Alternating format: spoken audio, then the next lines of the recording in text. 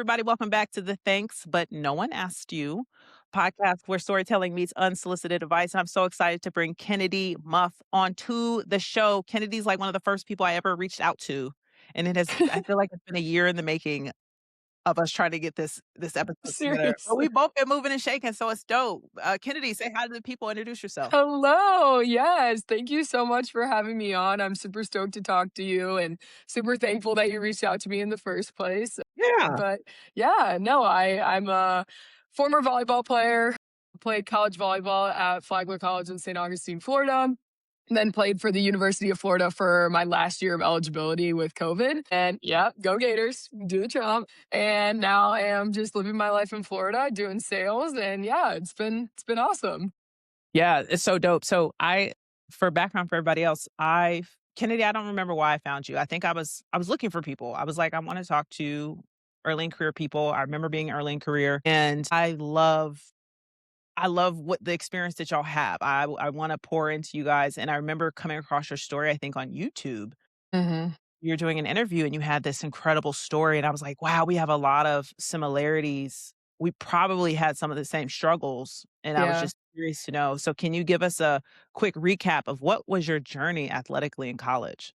Yeah, absolutely. So I'm originally from Wisconsin. So I grew up there, played volleyball my whole life there, and also in Illinois. My club that I played for was in Illinois, and so kind of living that Midwestern life, and then realized that if I got recruited, I could kind of figure out where I wanted to go and get a scholarship. So when I was in the recruiting process, I literally drew a line across the United States. It was like, I'm not going further north of that line. I'm going south. I'm getting in the sun. I'm going near the ocean.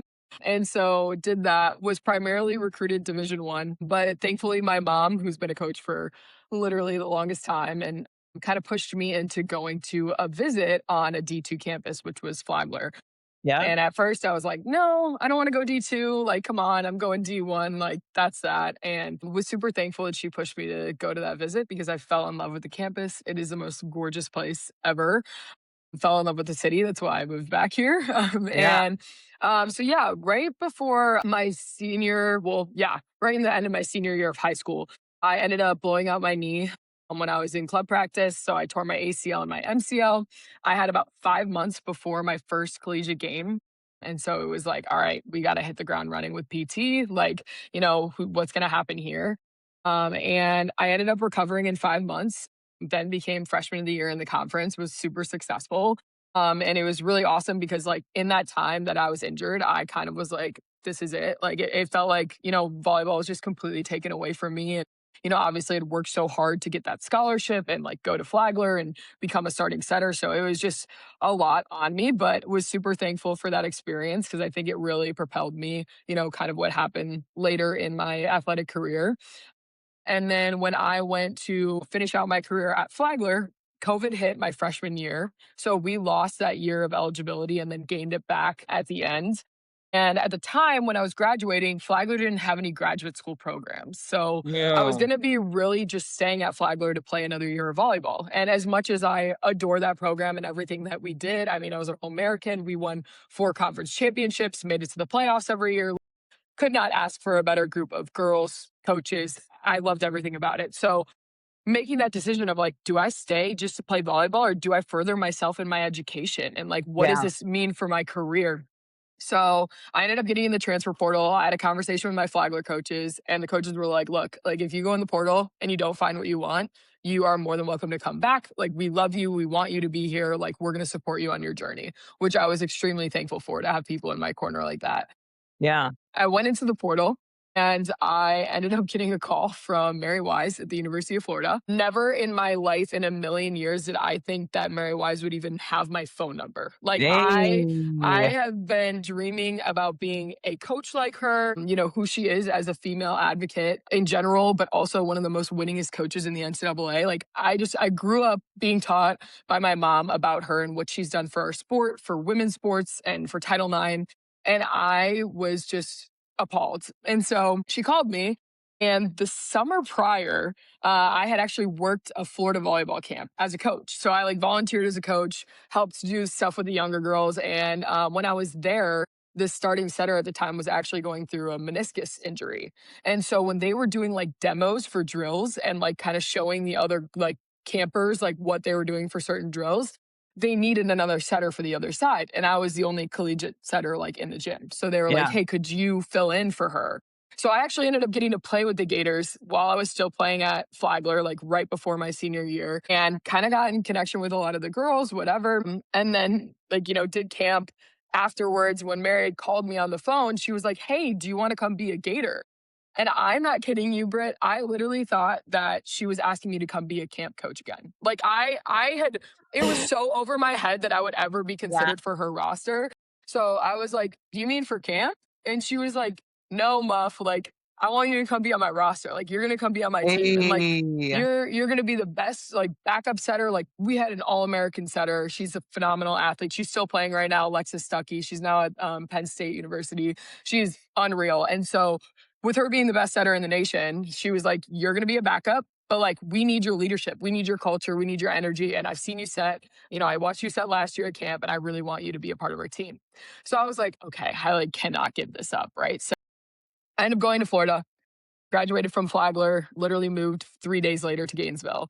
Started training that summer, went into the fall, and 6 games into the preseason, our starting setter, Alexis Stuckey, went down. We were playing Wisconsin. We were ranked number 3 in the nation. They were ranked number 1. All We this sold out. serendipity art because you're from Wisconsin. Yep, exactly. I was from Wisconsin. It was no, it is the weirdest thing, the craziest day, honestly, It's an probably one of the amazing craziest days of story. my entire life. Yeah. And so we were playing Wisconsin, and yeah, in the second set, she went down, got injured. It ended up being a ACL injury as well. And so I was there. We had sold out the O Dome, so it was like over 13,000 people. It still holds the record for the largest crowd in the O Dome for a volleyball game in Florida history. Wow. And so I was like, okay. And I've never even played on the A side. Like, I was only training with the B side, like the non starters. Like, I've never Yeah. even set the starting side We before. So on the I was white literally like, team. yeah, The white exactly. we had the white pennies on. Yeah. Exactly. So I was like, okay, here we go. So I just kind of got thrown into the fire. We played that game. And what's crazy is that because it was the really like one of the biggest games for me individually, because we were playing Wisconsin and we grew up Badger fans, my entire Yeah. family was there. And that was their first time Oh, seeing me in a that's Florida right. jersey. Yeah. And Wow. so my mom, my brother, my dad, my aunt, and then my little cousin were there. And what's wild is my mom was actually diagnosed with breast cancer right around the same time that I committed to Florida.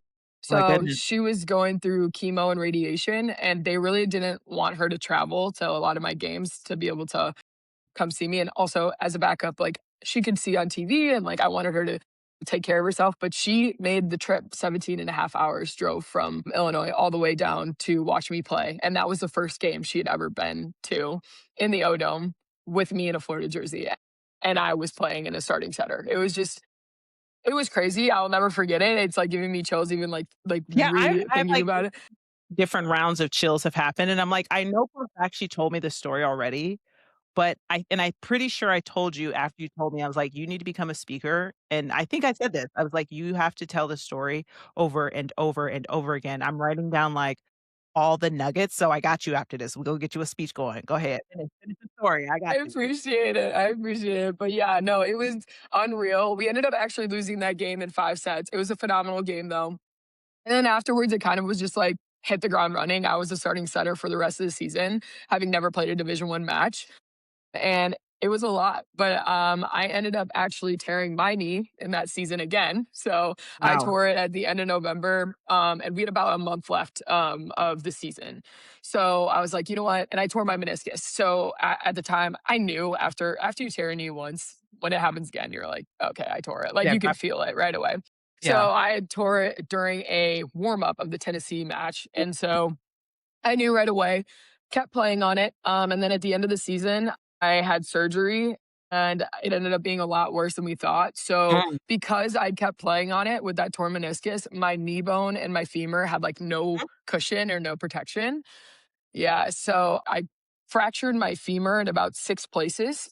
So then yeah, it was pretty bad. So they had to drill holes in my femur to kind of calcify the bone, which means I was non-weight bearing for about 6.5 weeks. So I actually started my job at Podium X on like crutches and an immobilizer, like Wow. not even being able to put my toe on the ground. So yeah, it was just kind of a lot all at once. But I think that through that journey and through like the ups and downs, I've, learned so much about myself. I've learned so much about helping other athletes and, youth players to follow their dreams and not give up on it. Like I said, I never even thought that Mary Wise would have my contact information, and now I get to text her like Merry Christmas, Happy Birthday, all of the above. Oh.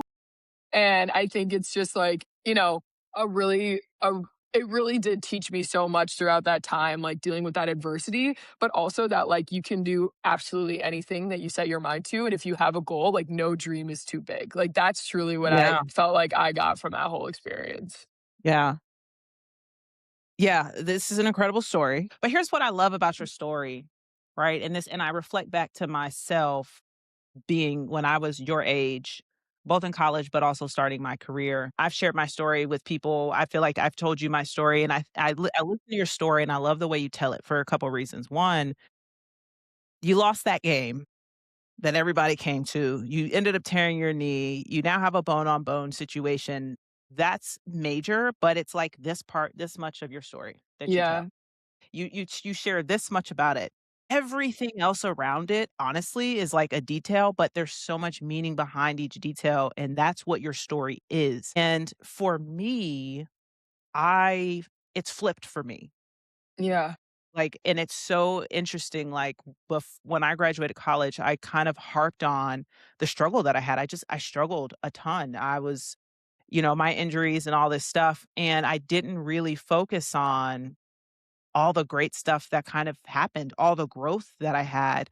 Like, the same way you're saying, like, this lady is calling your phone and you're like, "Bro, what?" Yeah. When I transferred to UConn, that was the first time I took control of my life and made a phone call on my own, and the fact that I would call Gino and be like, "Gino, I need you to come take me."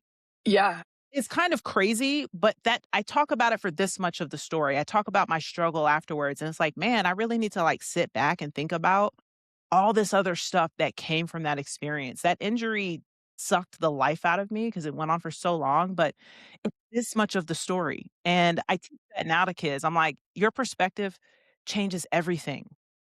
And the story that you're telling out loud, the story you're telling to people continues to frame how you see how that thing went. And I love your story because there's so much dope stuff that comes out of it. And now we gotta tap into it. So one of the things that I wanna talk about is, I've been talking about serendipity a lot. Oh my gosh, yeah. That's my favorite And movie, like, ever. Have you ever seen the movie I have Serendipity? seen the movie. I don't know why you have seen the movie. You're a baby, but Imma let you have it. You know what? Serendipity is probably your When Harry Met Sally, because When Harry Met Sally is my favorite movie, but it came out before I was born. So Okay, I don't think I've seen Serendipity, that one. I okay, have to watch it. girl, it's a classic. Okay, I'm writing it down. Write it down, you will love it. You will love Okay. it. Billy Crystal, Meg Ryan, they have, Ray Charles' Christmas album all through there. Okay. I love One it. of the It's one of those New York City nostalgic movies. Yes. You Yes. got it. So, Okay.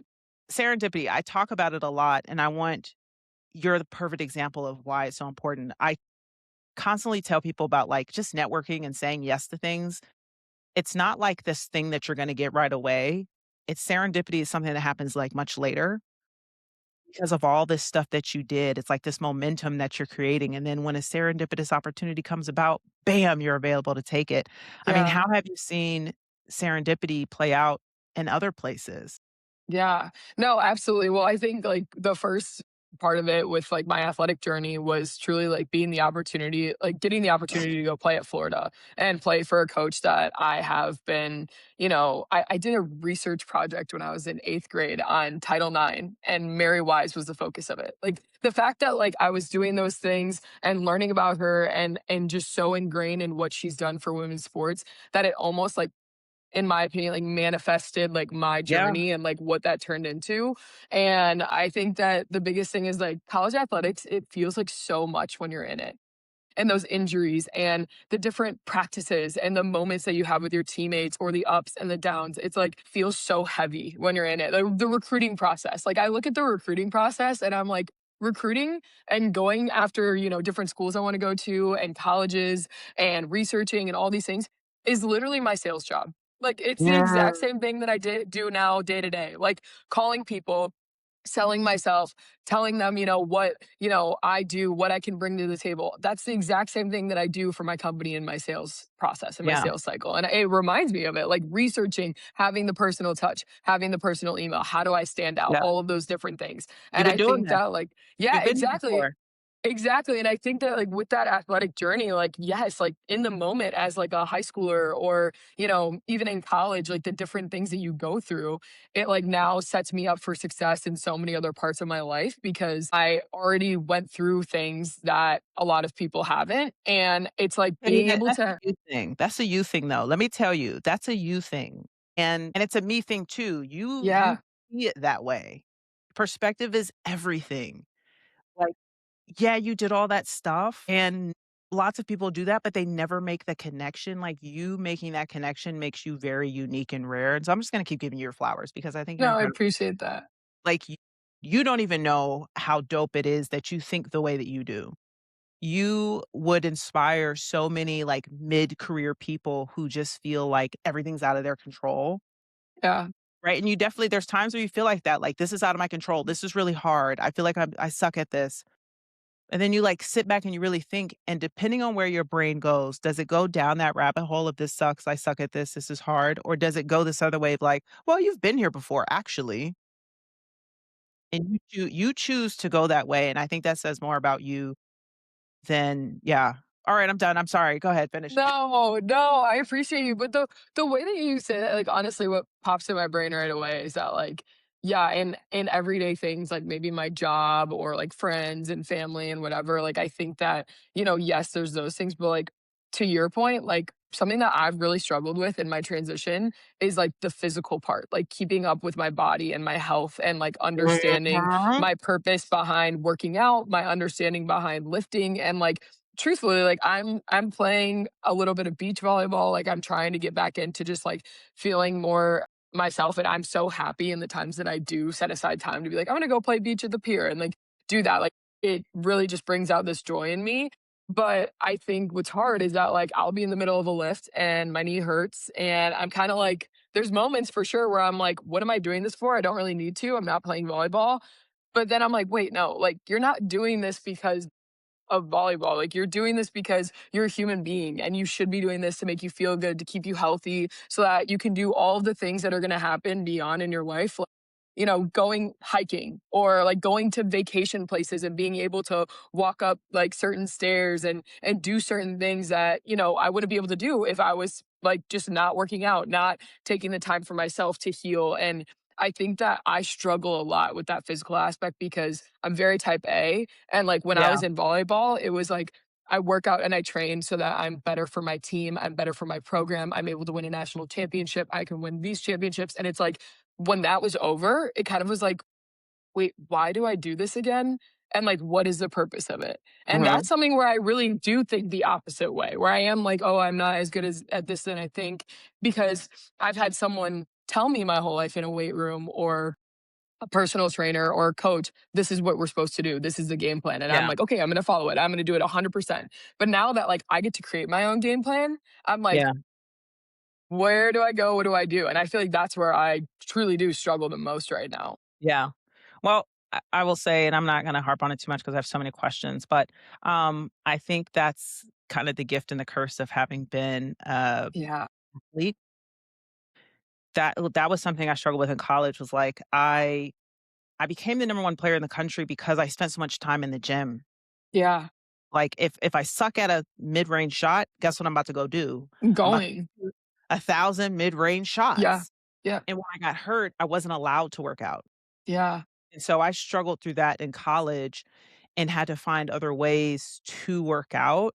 And so by the time I became a young adult and graduated, my mind had already gone to where your mind is about to go now, which is what Yeah. else do I like doing? Because weightlifting is what we know, but it's like not really something we have to do. So I ended up becoming, I think in the past 5 years, I've become yoga teacher certified. I used to hate yoga, by the way. Yeah. I hated it, but I had to do yoga so that I could run the New York City Marathon. Yeah. No, that's so Bone on cool. bone, I'm also bone on bone, Yeah. but that thing of like, I gotta do something hard. I wanna work out. I wanna, because also you and I didn't have the ability to use our leg for a long period of time. I couldn't Yeah. put weight on my leg for 6 months. Yeah. That is Oh way my too gosh. long to No. be, like, not weight bearing, Well, and and mentally, yeah, it's you're making deals with the devil. I'm making deals with the yeah. devil, with the Lord. I'm like, "Lord, if you could just let me walk tomorrow, I promise Yeah. I will run, I will lift, I will Yeah. do all the things I complain, I will do suicides, I will do all the things I complain Yeah. about," so that by the time, like, I gotten over everything and graduated, I almost feel like I talked myself into we don't have to work out, we get to work out. Yes. Yeah. Like, and that's the mindset shift too, right? That you and I both, we choose not to go this direction. We choose to go this way. I get to work out because for Yeah. a long time I couldn't work out and I hated it. And now I'm doing yoga. I'm doing CrossFit. I'm going to do the High Rocks race. You would probably Oh love my the High gosh, I Rocks race. love that. Yeah, you'd probably do the High Rocks race. Like, I think we're similar in that way. Like, we get Yeah. to do this. So I would say more than likely what'll happen is you'll be like, all right, weightlifting kind of sucks. I will do beach volleyball. I will do Pilates. You'll probably become a Pilates nut. Yeah, I know, that's where all my friends are going right after they're done with college, like, all of them are doing Because Pilates right now. it's a different type of hard, and Yeah, it's a different type of hard. It's a type of hard I don't like because I'm like, "I'm not moving enough, and this is really hard." And it's like, yeah. I'm sweating, but all I'm doing is this. No, literally, I got invited to one and I'm like, 10-pound weights feel extremely heavy right now, It's like, extremely. "Why does this suck?" Like, I wanna be moving. Yeah, Yeah. it's like a but it's a different type of hard. It's like golf. It's a different type of Yeah, hard, no, and 100%.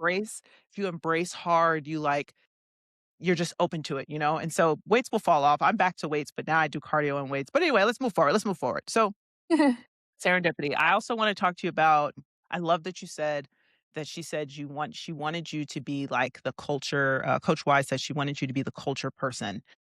And I talk about culture a lot. I work with companies on culture and I encourage people to be culture champions I love because that. the talk that I give is called leading from the bench. And it's Oh my gosh, I euphemism love that. from me, right? Like you also experience this, like you are a bench player. So what role do you play if you don't play? If you don't add to the stat sheet, what do you do? Mhm. People would never know, but I have a huge respect for walk-ons Yeah, and practice players because you gotta do the same work I'm doing and you're yeah, not playing in the game, yeah. it wouldn't be me. Right, yeah, I wouldn't do it, and I tell that to everybody who's a walk-on or said they went D2. I'm like, "Listen, some of y'all didn't even get full scholarships. There are top-tier players in the country right now that would not do their sport if they weren't getting paid for it. right. They wouldn't. So your level of dedication is different. So I wanna talk about being a role player and being a culture person. What are the things that you think you did to help infuse something about culture? Was it holding people accountable? Was it leading by Mhm. example? What did you do? Yeah, so honestly, I think that that started really early in my career, like club volleyball, like kind of just like I really wasn't always the strongest. Like I was really thin when I was little. I developed really late and I wasn't the strongest person on the court. Wasn't always the best. So I was like, how the heck am I going to get these coaches to notice me? So being the loudest one in the gym, high-fiving everyone, like Yeah.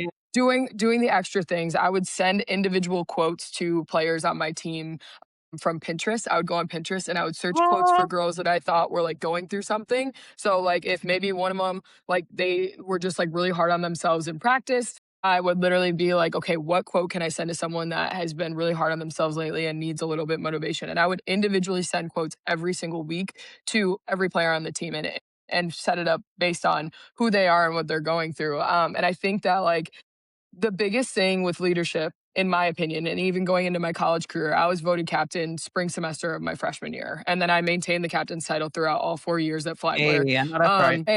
You know, I was a six rotation starter my freshman year at Flagler and continued that throughout the rest of my career. And I think that the biggest thing of how I gained so much respect from players throughout that program is that I didn't ever leave anyone out of any situation. And I really did lead by example a lot of the time. I am a vocal leader. I do love to motivate. I do love to speak. I do think that I can get through to people. But I think the biggest thing is getting buy in from people and actually, truly, genuinely getting them to trust you. because I don't know why a player on my team, as a setter too, you're like a quarterback. Like you need everyone on board. You're running the court, you're running the plays. And if I don't have my hitters on board with, you know, if I have a bad set, them doing something to make it look better instead of being like, it was your fault, it's your set. I had to gain the trust from them. I had to do the work off the court, whether that was taking them to coffee, asking them about their family, asking them about some school. What can I do for you? What can I do better for you? I truly put so much time and effort outside of the court, but I also did things. My biggest pet peeve with a lot of teams, and especially with collegiate teams, is having this like seniority thing of like, oh, you're a freshman, you're going to do the laundry, you're going to do X, Y, and Z. I think that if We did that, we did that. We were like, "You gotta carry the bags." But exactly. it was more funny than anything, I think. And the thing is like for me, like up until my senior year at Flagler, I always was doing the extra things, grabbing the extra stuff, being the first one in the gym, being the last one to leave. Like I was always doing it, but without asking for recognition. And I think that that is the biggest thing. A lot of people want to wear a captain's title, but they don't want to do the sacrifice that it They don't takes to wanna be do a the captain. work. They don't want to, they're like, how come you get respect and leadership from so and so? Well, I do everything for that individual and I'm thinking about them and not just about myself and my personal accolades. And I truly think that if you're on a team sport, that that is so important. When I'm winning a volleyball game, it's not because I won it. It's because our team won it. It's because every single person on the bench was locked in enough to help us through that game strategy. And if someone got hurt, i.e. the literal situation that I was in at Florida, I Mhm. was able to go in at Florida and continue to set the rest of that season and go into the playoffs. And the one thing I'll give myself is that I stayed locked in. When I'm in a film session at Florida before Stuckey got hurt, I wasn't just sitting back and being like, oh, well, I don't play. I'm like, no, Yeah, because if there's a situation or when I have an opportunity, who knows? Maybe I get thrown in a game. I am not risking 1 second of my career to be like, I'm not ready. I don't know the game plan. I don't know what's going on. So I yeah. think doing more outside of it, but truly, I think that the sacrifice is the biggest thing. I did a lot more and I will give that to myself that over the years, I feel like I've built genuine relationships with people where like there's teammates that like I don't talk to every day, but they know that I would do anything for them at any moment. And I think that that leadership, it really does take doing a lot more than you think. And it's doing it behind closed doors so that like people aren't, you know, projecting it everywhere. Like I don't need Yeah, a gold star for every time that I send a quote to my teammate, but I'm going to yeah, do it because I care about that teammate. And guess what? She might go 10% harder the next day in practice because she knows that there's someone here that cares about her. Maybe the coach is frustrated with her. Maybe the coach is about to cut her from the team, but I care that she's here. I yeah. care that she has value just like I do on a team. And And it I think matters that, more because you're good. Like, I think that's the one thing I want really great players to know too is like that almost kind of needs to be your responsibility because people are going to, if unless of course you're just an asshole, but if yeah, you're really good and you give the last person on the team kudos and thanks, like it's tenfold, it's times 10. yeah, And absolutely. it's funny because you keep saying the word sacrifice, and I'm like, that feels like a sacrifice for some people, I guess, but to Yeah, me, it's kinda like, this is just a human thing. Like, it's just a human thing, and I love that you did all of those small things, but at the end of the day, you don't always get everybody to respond the right way, and so I get this question no, a lot from when I do presentations with students. We actually I'm starting to practice difficult conversations because what I like to teach is you can talk to people in your style, but you also kinda need to meet people where they're at their style. absolutely. I'm a very direct person, so if you Me come too. fluff, I'm rolling my eyes. Like, if you're coming to me with a preamble of, "Hey, it's been really you've been doing really great," and Yeah, I'm suspicious, something's up. Just start at the end and tell me what the deal is. We may get into it, but I'm gonna respect you more because that's how I communicate, and so 100%. I'm trying to, like, coach people on, like, don't talk to people the way you talk to them the way they speak, so they understand. So, give us a time where you had, like, a difficult situation, you don't have to name names or, like, Yeah, how did you have when was the time you had to step outside yourself and, like, get somebody all the way together? You were like, "Look, absolutely not." yeah. No, I mean, like I said, being a setter, I need trust from everyone on the court. I need my passers to know that I'm going to do my best to put up any ball that they touch first. And same thing with the hitters. Like I need them to execute the game plan, and the more that they trust me, the more that they're going to execute it. And so, I my freshman year and sophomore year, honestly, throughout all of my careers, there's been different times where like maybe I see that like a hitter doesn't trust me fully. What I do is I take him to coffee, I sit him down, and I'm like, look, I don't know what it is, but like, let's figure it out. And I think what's really interesting about that is that I have always been anxious about having the hard conversation. Like, Mhm. truthfully, like throughout my career, when I was younger, mostly when I was like a freshman and sophomore, I was always nervous about like, what if this person doesn't like me? What if this brings worse things? And I'm an anxious person. So I think about worst case scenario. And Mhm. something that like I will give to my mom being a coach and a former athlete herself, she always was like, whenever you have the hard conversation, you always feel better afterwards. Whether it becomes a negative or a positive, you always feel better. I tell people this all the time. I'm like, listen, you Yeah. got to pick. You got to pick. Are Yeah. you going to have 3 months of you in your head being mad, being triggered? Are you going to have 30 minutes of serious discomfort? Like, and then maybe 2 weeks after of just like what is happening. That's your time frame. Compare 2 weeks to 3 months or 3 years. Like, that's what, for me, that's what I'm choosing between. And it sucks, but like, Yeah. it's not like you did it anyway. No, absolutely. And I mean, honestly, even in my time at Florida, when I came in and was setting with the starting setters who all were there under the impression that, you know, their all American setter is going to be setting their season. Like we were on a great win streak. Everything was great. And we had a lot of injuries that we were faced. And so I had to sit down in the locker room with the whole team and be like, look, are we doing this or are we not? Because if we're going to give up, like, I'm not going to give up. But like we have to make this decision as a team. Like we have to figure out what we're doing. I did it without the coaches. And guess what? I had a summer and, you know, a fall semester with those girls. And I kid you not, those girls on the Florida team, I have never felt more close to any girls' friendships in my entire life because we went through something that was difficult.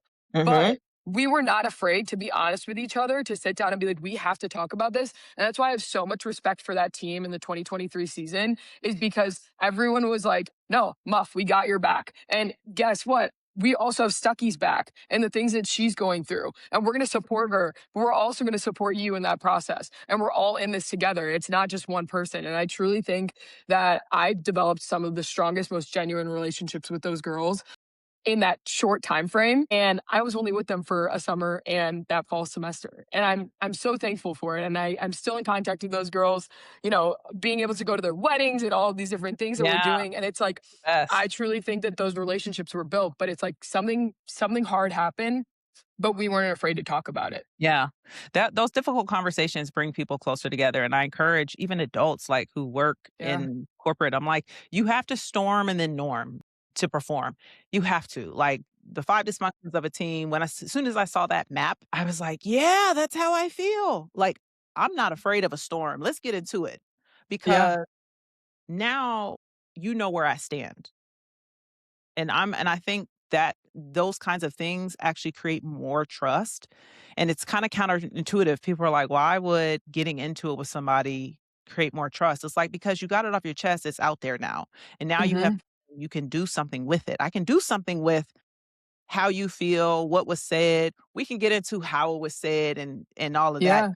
You're gonna shape that later, but by doing nothing, you're just things are just kind of going, festering, and I don't trust anybody if I don't really know what's on your mind. Even people that are and I meet a lot of, I'm not even gonna put it just on women because it's men too, but I think some people have this idea that if they're not confrontational. Let me back up because I could go on this for years, but I won't. I think, there's a perception that addressing things is confrontational. Yeah. And when people hear the word confrontation, they think it's a fight, and it's not always a Yeah. fight. It may be a back and forth. You may walk away annoyed, but if we come back together and finish getting through it, it's kind of over with. And I trust people that tell me how they feel to my face.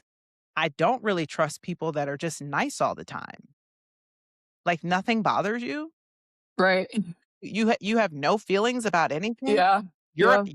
you're okay with all of it? Yeah. I don't trust you. Yeah.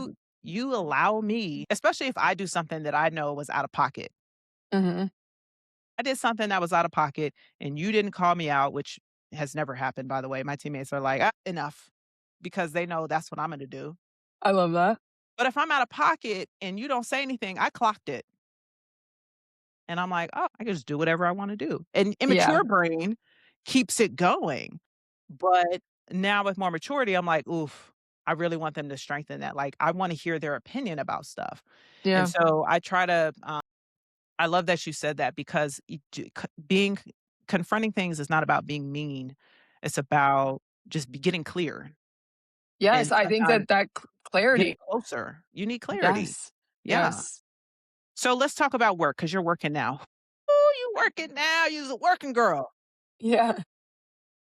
Uh, yeah, I had all these notes. I have so many notes right now. These are really good. I'm gonna keep all these. I'm so excited for this LinkedIn post. Now you're working.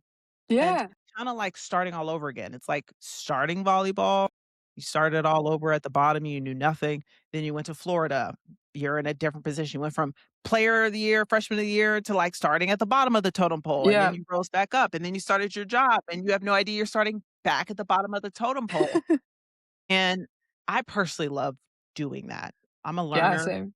I love being at the bottom, but how is it being at the bottom and you're well, you got a promotion also, so that's awesome. Yeah. But Thank you said you. you're like, "Yeah, I'm kinda like I'm drowning a little bit." How are you how are you doing? Yeah. No, absolutely. So, honestly, like, when I got into my job, I have a background in marketing, and so when I was kind of reaching out to different places to figure out what I was gonna do after Florida, since I knew that I was injured and I wasn't really gonna go play professional, I kinda had to put that on a pause. I was kinda just reaching out to people in Florida, and when I had found Podium X, they needed a salesperson, and I was like, "Ooh, I don't know if I wanna do sales." And I was truly honest with them. I was like, "I don't know what this is gonna look like." But my boss was like, "No, like, you have the personality, like, you have the grit, you have the intelligence, like, we really think that you would be successful in this role." And so, yeah, I've been doing it for about a little over 2 years now, doing partnerships on the university side of Podium X, but now doing university and corporate side partnerships. And honestly, it's been really awesome. Like you said, like being able to learn and kind of just like change as you go. It's been super cool. And I think that, I really have fallen in love with sales, just like with the networking piece, like being able to meet people Yeah, like you and being able to like just hear other people's stories, but also is so crazy, like truly how small the world is because I feel like every single person has a connection somewhere, knows someone. And it's like yep. when everyone's like, it's not about, what you do, it's who you know. Like I know that that is such a big deal. And so I've been able to learn so much through that process, but also I've been really successful. When I started at Podium X, we had about 7,000 users in our site, and we now have over 32,000 users. Hey, And that's from all of like the correct. university partnerships and then organic people that are signing up for our site, which is awesome. But yeah, so like it's definitely like production wise, like it's been great, been crushing it, and it's been super exciting. And now kind of tearing into this corporate side, I'm learning even more about what the industry looks like, the market challenges, all of that. So yeah, Yeah, it's been great. But I do think a lot of, my personality that came from what I learned through my athletic experience has helped me in this sales role and connect with people on different levels talking about sports being former athletes. There's so many people in athletics and even CEOs of companies that are former athletes, so being able to just like have that genuine connection and like relate on things like just like you and I related, it's just yeah. very much I feel like a fun process and I've really enjoyed it. Yeah, it's pretty dope, but I think when I was graduating, everybody and I'm sure this happened to you, everyone is always like, athletes in sales," and Yeah. forever I was like, "Nah, don't ever put me in a sales position. I don't wanna, like, have to ask people for money." That's all Yeah. I kept Yeah. thinking was like, "I don't wanna have to sell you a coffee mugs or something weird." And what I learned was if I can get behind it, I could talk about it. Exactly. You have to be passionate about Like, it. if I like it, oh, honey, I'm selling that Yeah. before I'm selling myself, and so it's funny, now that I work for myself, which I also said I would never do, I said I would never start a business, I'm not interested, here I am, and when you run a business, you are sales chief. You are chief sales officer. That is 90% of your job. Is I Yeah. gotta be out here talking. But it turns out, I'm like, oh, like, yes, there is a point where I have to do an ask and you get better with that. But most of it is just like, I just need you to like me Yeah. and then trust me and then see Mhm. that like I'm consistent and see that I Yeah. can execute. But that Mhm. no like trust pipeline is so much easier with sports being in the mix. Yes. And what I think is super dope about sales is like one, it's a natural, you have to network. There is no, you can't do sales from your house unless you're doing Zoom calls all day. You have to be talking. But again, it kind of just increases the chances of serendipity on For other sure. stuff. Like so Yeah. much other stuff is gonna come 3 to 5 years from now from a conversation you had last week. Yeah. Not even thinking about it, but 3 to 5 years from now, when you need that thing to get done, that person that you talked to over here is gonna just pop up, and I think that's one of the best things. But everything's not always sunshine and rainbows. You had to have done something really dumb when you first started. I'm trying to think. Yeah, I mean, the thing is, what's really cool about our company is that our boss, he is a former athlete as well. So I would say that he like more coaches us than he does like, boss us, if that makes sense. Like he doesn't manage and there's a lot of freedom, which with that freedom, yes, there's mistakes and there's things that are wrongdoings. But honestly, I'm so type A. Like sometimes my coworkers and my bosses are like, okay, like like it's okay for this to happen or for that to happen or for a no to happen or whatever. And I think for me, like I have a really hard time taking no for an answer. So like even if you say no now, you're gonna hear a call from me in a few months and it's gonna be how you doing, whatever. And so I try to pride myself in being super organized and being super strategic in my process. But truly it's been cool to just kind of work a small company, so it's cool to be able to work very closely. And yeah, I mean, we're kind of involved in more than just like my role. I'm not involved in just sales. Like I do Yeah. development side stuff. I do some help out with marketing stuff. I do a lot on LinkedIn, a lot of that networking stuff. But I feel like throughout the time, I've learned a better process, and I think that that's something that when I first started, maybe my like efficiency wasn't quite there. Like I was like maybe generating lists that were too long or there was too much going on that I was really trying to push on that and I wasn't getting the return I wanted. But now that I've like learned, okay, this is working, I'm going to stick with this for a little bit. But Yeah. also, what I've learned from my boss since I in sales, it's always changing. College athletics, especially in sales for college athletics, that's always changing. Yeah. NIL, the landscape, all of that. So it's like I also have to kind of change with the industry and understand what people are needing, things that are going on with budget restrictions. Like that is more important than actually being like, okay, I sent these many messages, I called this many people, I emailed this many people. It's more about what's happening in the market, what's happening in the industry. You need to adjust as they adjust as well. And I think that that's something that when I first started, I was more like, okay, but I just have to get these things sent out at this time. But Yeah. now my brain has switched to like, no, we gotta change with it. Like if this isn't working, we're gonna alter it. We're gonna go to You gotta this pivot. instead. Yeah. Yeah. That's probably the best part about probably the best skill to have. Hmm. You're the task manager, you're like, "Okay, let's put this together in a way that it makes sense." Yeah. Yeah, budgets and budgets. Too, this is a little bit serendipitous as well. So when I was at Flagler, I met Podium X and I was onboarded as a student athlete. So we were one of the first partner schools with the company. Okay. And when my coworker and boss now were presenting Podium X to us, they kind of asked like, what are your guys' stories? I literally had practice and then we were onboarded in like a student center, like meeting room afterwards as like all of these athletes that had to come with this partnership. And I just thought it was so cool that we're doing like career development for student athletes. I was like, this is such a cool company. And at the time, they had said, it was funny, my team, we were all sitting together, and Rich Thompson, my boss, he was like, who here has like a really compelling story? Like, what's a good like adversity story that like anyone in this room? And my volleyball team pointed at me for like my knee injury that I had, like coming from, my ACL and then being freshman of the year. And I'd just been named like right before that. So I was kind of like, all right, like I'll tell my story. So I did. And then afterwards, I stayed to thank him and introduce myself just to put myself out there. And that's how I actually signed my first NIL deal. It was with Podium X. I was marketing them on my social media. And then come around after I graduated from Florida, they kind of kept in touch with me. We went to a lunch, and then that's how I got hired full time. So like that, even that situation of like saying yes, doing a little bit more, going to like talk to someone. But Doing a yeah, little bit more, yeah, just going. God, if I had a dollar for every time, if I go do a talk or something, and I'll tell people, I mean, they also see my resume. It's like, yo, I'm connected to people. yeah, I yeah, can't promise you a job, but I can connect you with people. Like that's always what I aspired to be. When people are like, what's success? It's not about money. It's like I want to be the person that can put other people on. Like that's success. absolutely. And so when I go speak to a group of student athletes, if I speak to 50, maybe one, maybe two people will come up. People will come up and talk to me, but only like one or two will be like, can we stay connected? And then actually connect with me later. And it's mind blowing because I feel like the whole time I'm there, I'm telling them my message is not landing clearly. Yeah, I'm like, I know that you think that whatever they're thinking, right? Oh, everyone talks to them, so I'm not going to talk, or I don't have anything to say, so I'm not going to go say anything, or it's all this like stuff in their head that they've made up that prevents them from just going up and saying something. And probably most of my workshop is about taking risks. Go up and yeah, talk to people. You don't actually know what could happen. You don't have to have anything to say. They know you don't have anything to say. They've been in your shoes. They know it's weird. Do it anyway and just see, and just see.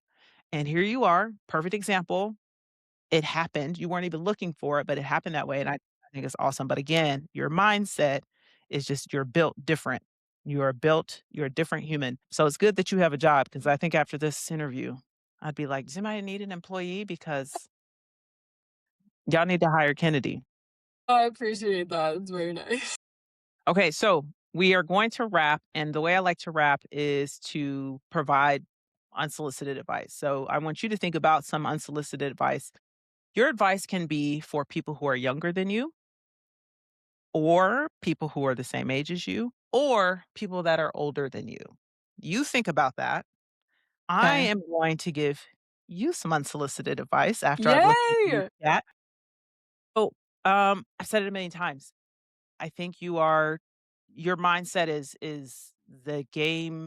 It's the linchpin for you. It's the thing that makes you different. And a piece of advice, but also like fear that I have for people who are like you is sometimes because you're like that, you're going to attract a lot of people. There are going to be people that want to be in your circle. And you're probably somebody who makes friends fast. You just say, yeah, sure. Discernment goes down because you're so nice and so likable. And I don't think this would happen to you, but I want to make sure that you stay surrounded by people who are also pouring back into you that are also on your level. You're going to attract people that are not on your level and they will expect for you to pour into them. And you'll do it naturally because it's easy for you to do.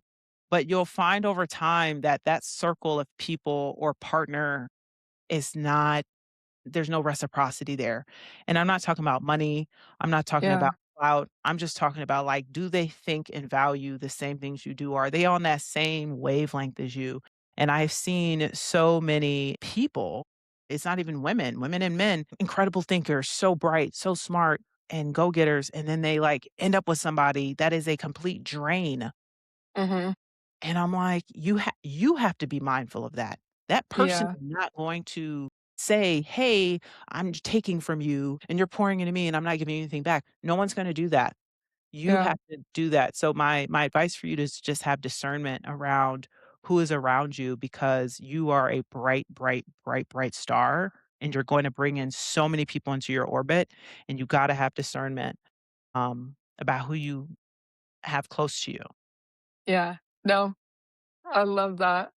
No, I really like that. That's, like, making me emotional because, like, truly my goal for 2026 actually is to pour energy into people that pour energy into me. That was, like, my number 1 goal. So that's, like, really weird that you just brought that up to me because that just kind of, like, reiterates the serendipitous part of, like, you know, doing the right thing and surrounding yourself with the right people. So I really appreciate that. Yeah. Yeah, it's you're a magnet, and people by nature want from other people. They want Yeah. energy, good energy, and you're great energy, and you will naturally give, and you can't do it. Yeah. No. Well, I really appreciate that. That That definitely hits home. All right, So good. I will do Cut 'em that. off, I will do girl. that. You have permission to cut them off. I don't know who they are. Back up. I said it. Let me look into the camera. If you are giving this child a problem, this is your last year. You cannot renew, okay? Get it all out of your system now. Oh my gosh, I love it. She has leveled up. She has the permission now. Peace. Oh Have my fun. gosh. Okay. No, I love that. Thank you so much. I You're really welcome. appreciate that. I love it. What All advice do right. you have, and who is it for?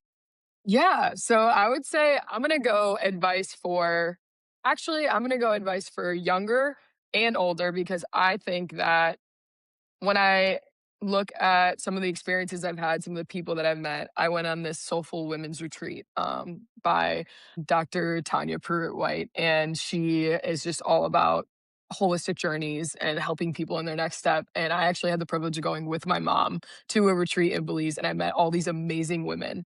And I was the youngest by like 20 years at this retreat. And it was all about like figuring out who you are and what your purpose is in your journey. And in that I found that there were so many women that I am like, I wish I could be like you one day. Like, I'm so inspired by you, and they don't feel worth it. Like, the Yeah, way right? the some of the things that they were saying about themselves and their success and their like lack of confidence, I'm like, I actually genuinely wish that I will be like you one day and you feel like you're not worth it. And I think to myself, and I know this about myself, is that I also feel that way in who I am sometimes and what I'm doing. And when I was a college athlete, and I defined my worth on what other people thought about me. And Mhm. I wasn't focusing on the people that had, seen so much more of me. And I wasn't focusing on the people that were cheering me on. I was focusing on Yeah. the people that weren't. And so the advice that I would give to anyone is to know your worth and that no dream is too big, because if you know your worth and you know that, okay, even if one person says no to me here, there's 100,000 other people that would say yes to me here, here, and here. And I think that you, to your point, you have to find the right people that are going to support you on that. And so knowing your worth isn't defined by your, biggest enemy. Like, that's not your worth. Your worth is defined by who you want to be, what you want to do for your time on earth. And I think that that's like super important. Something that really helped me when I was at Florida and I was put in that position and I mentally was struggling because I felt like, at the time I was getting messages and DMs of people telling me like, you're not worth it. This is not where you belong. Oh my gosh, it was the amount of hate that I got. Oh yeah, definitely. Social media was not fun during that time. I had to promise my family that I wouldn't go on a volleyball blog because I just knew I was going to get a bunch of heat for being a D2 athlete thrown in that position. And at this point, the one thing that kept me going, and I posted this on my Instagram, and I know the girls that are out there that hopefully are listening to this podcast, the younger girls that supported me, that bought my merchandise, that are in middle school, that were my fans, were the sole people that kept me going throughout that season. Because every time when I stepped out on the court, realized that I wasn't just playing for my mom or my coaches or my teammates or anyone that is like supporting me and watching. I'm also playing for a 9-year-old girl that's wearing my merch and seeing every single way that I react to a bad play or when we lose a game or when, something doesn't go my way. She is watching me because I watched girls when I was growing up because I wanted to be like them. And I learned things in their mannerisms and I wanted to be like them. And I want to be a role model to any of those girls to be like, know your worth. If you feel like you can't, I never in my life thought I was going to be able to play on a stage as big as a Power Five arena. And now I get to go around and say go Gators to people in my job that Hey. graduated from the University of Florida, and I truly think that like finding people that are in your corner and focusing on that, but knowing your worth overall. Like that is my biggest thing. I try to live by that every day and I'm not always good at it. I'm not always on track with it and I'm trying to kind of like figure out what that track is, but that's the biggest thing that I could say to not only people younger than me that maybe want to be in my position or have dreams of playing college volleyball or being, in a sales role or whatever that is, but also to women that I look up to, they also have to know their worth for people like me, if that Hey, makes sense. say that. No, it makes a lot of sense, and I love that advice, and it's real. Yeah, I'm getting chills. What is this episode? It's like, is it cold in No, seriously.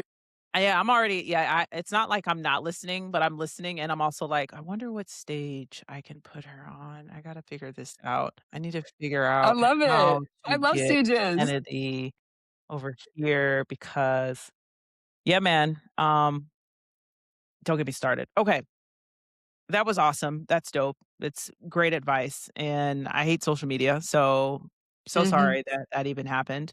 I'm so Every glad it athlete didn't goes through it. So glad nope, not the ones that didn't have social media back in the day. Let me tell you, thank the Lord Jesus. I am Yeah, so grateful we did not have we had Facebook had just come out. The most you were doing was poking people, and it was great. yeah.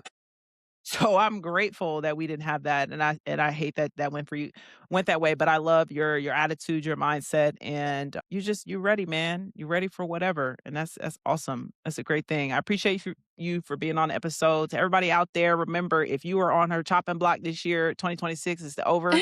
You're not coming with her to 2027. If I find out that Oh you are god. still in her circle, I'm coming for you. I'm 6'3". I will find you. I love it. Seriously. Where can people find you? Where should they follow you? Yeah, biggest thing would probably be, like, on Instagram, or I'm really active on LinkedIn as well. My LinkedIn is just Kennedy-Muff, and She's my active. Instagram is kmuffster. But other than that, I mean, yeah, there's pretty much my networking piece. I mostly respond on LinkedIn. I love LinkedIn. Yeah, LinkedIn is safe. It's yeah, Shout out to community. Thank there's you so much for being restriction. Yes, it's for people who read. Thank you so much for being on the episode, Thank and, you. we'll see y'all next time. Peace. Alright, thanks so much.